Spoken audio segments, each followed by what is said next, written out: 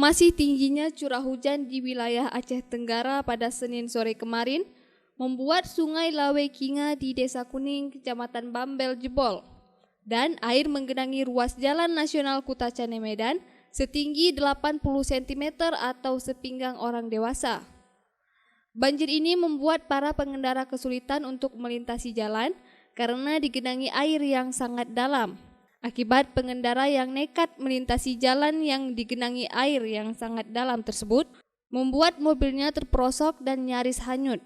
Beruntung pengendara lainnya membantu dengan cara mengevakuasi penumpang terlebih dahulu, lalu mendorong mobil tersebut dan akhirnya mobil dapat diselamatkan. Langsung dari kampung di sana, dari di situ, tadinya dari buah pala sana, tapi tetap apa yang ada di sana.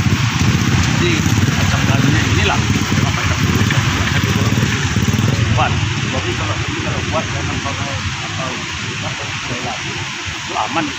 Jadi tadi malam sempat Bapak mengungsi juga Pak ya? Mengungsi juga Pak? Mengungsi sana.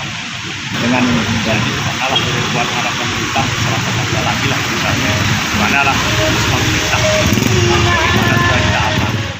Warga berharap kepada pemerintah daerah harus serius dalam menangani banjir ini dan benar-benar menormalisasi daerah aliran Sungai Lawekinga. Dikarenakan setiap musim penghujan, pemukiman warga hingga jalan nasional selalu tergenang air.